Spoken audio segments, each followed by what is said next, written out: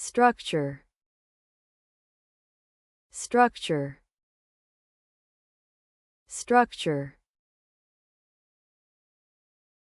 So, let's talk about the word structure. As a verb, it means to organize or arrange something in a specific way, often with a logical or methodical approach.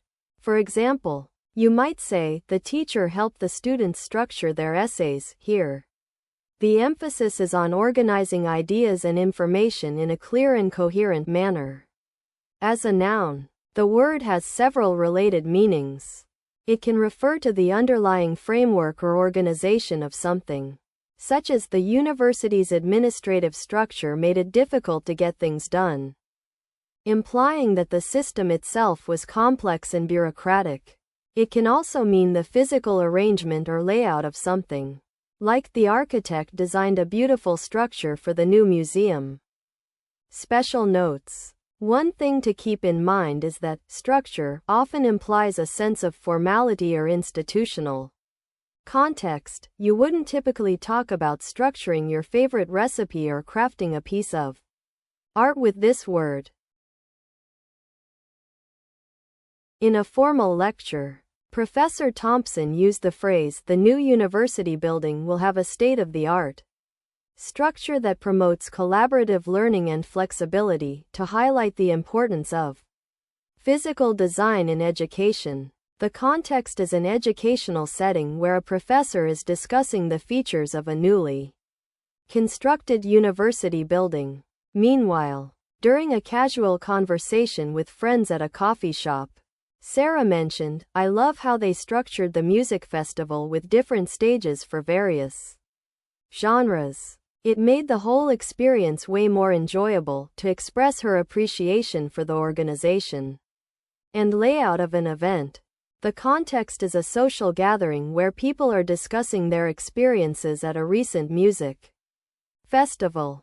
In a business meeting, the CEO said, "We need to restructure our company's departmental hierarchy to improve communication and efficiency across teams to propose changes in organizational management within the company." The context is a professional setting where key decision-makers are discussing strategies for improving internal operations. So, you want to know about this thing that helps us organize and give shape to something? Well, let me tell you. It's basically the way we put together different parts to create a whole that makes sense. The main characteristics of it are that it's like a blueprint or a map that shows how all the pieces fit together. Think of it like building with Legos. You have individual blocks, but when you arrange them in a certain way, you get a complete picture. It does something very important. It helps us understand and communicate complex ideas by breaking them down into smaller, more manageable parts. We use it to plan and design things like buildings, systems, or even processes. Some people might call it a template or an outline. But whatever we call it, it's really helpful for making sense of the world around us. Theory. Theory. Theory. Let's talk about the word theory. So, theory is a noun, which means it refers to a concept or an idea. In common usage, people use theory to describe a set of ideas or principles that explain something, like a scientific theory or a mathematical theory. For example, you might say, "I have a theory about why the sky is blue," meaning you've got some ideas about what makes it look blue. One special note about theory is that when people use it in everyday conversation, they often mean an educated guess or a hunch, not necessarily a proven fact. So, if someone says, "I think I left my keys at home," that's just my theory. You know they're not 100% sure. In a lecture on quantum physics, Professor Thompson explained that Einstein's theory of general relativity is still widely accepted. Today because it accurately predicts the bending of light around massive objects. Later that day in a casual chat with friends over coffee, Sarah mentioned that she had always been fascinated by the social learning theory and how it applies to kids picking up new skills just by watching others. Meanwhile, at a marketing conference, CEO James touted their company's new product launch as being based on sound market research theory, which they believed would revolutionize the industry with its innovative features. So you want to know what this thing called theory is? Well, think of it like an idea or a set of ideas that explain how something works. It's like a big puzzle, and the pieces are all connected together in a way that makes sense.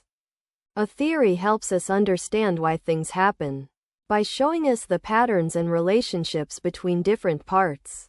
Main characteristics of a good theory are that it has to be simple, yet powerful enough to explain lots of things. It should be able to make predictions about what might happen next.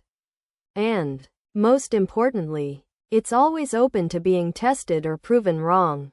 Some other ideas that are similar to this concept are called hypotheses, which is like a smaller version of a theory, or even just an educated guess. And then there's the idea of models, which can be thought of as simplified versions of theories that help us visualize complex things in a more manageable way. Variable. Variable. Variable. Let's talk about the word variable. So, the part of speech for variable is a noun, which means it refers to a thing, concept, or idea. In common usage, we use variable in science and math to describe something that can change or be changed, such as a temperature, a price, or an amount. For example, the variable weather made it hard to plan the outdoor event.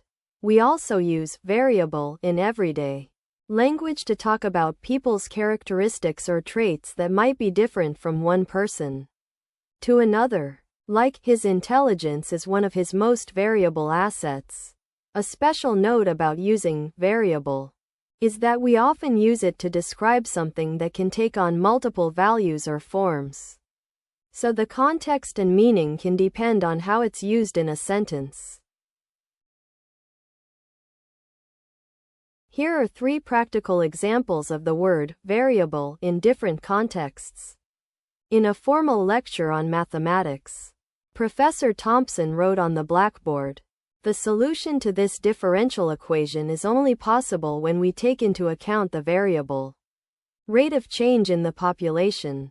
Here, she uses the word variable to refer to something that can be changed or modified. This type of usage is typical in academic and formal writing.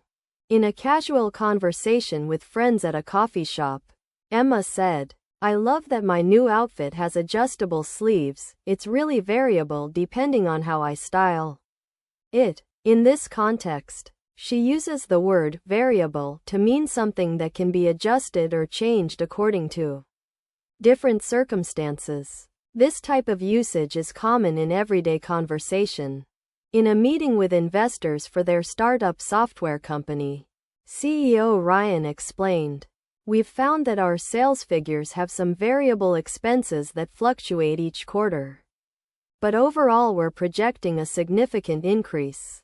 In this context, he uses the word variable to refer to something that can be changed or affected by external factors. This type of usage is typical in business and financial contexts where stability and predictability are key. So you want to know about something that is often represented by letters like X or Y, right? Well, let me tell you, this thing is actually just a symbol used to represent something we don't know the exact value of yet. It's kind of like a placeholder in an equation where the actual number will be determined later on. The main characteristics are that it can take on different values depending on the situation and it often gets plugged into formulas or equations to help us solve problems. Similar concepts or synonyms might include things like unknown quantity or placeholder value. But honestly, just think of it as a mystery box that holds a number we need to figure out.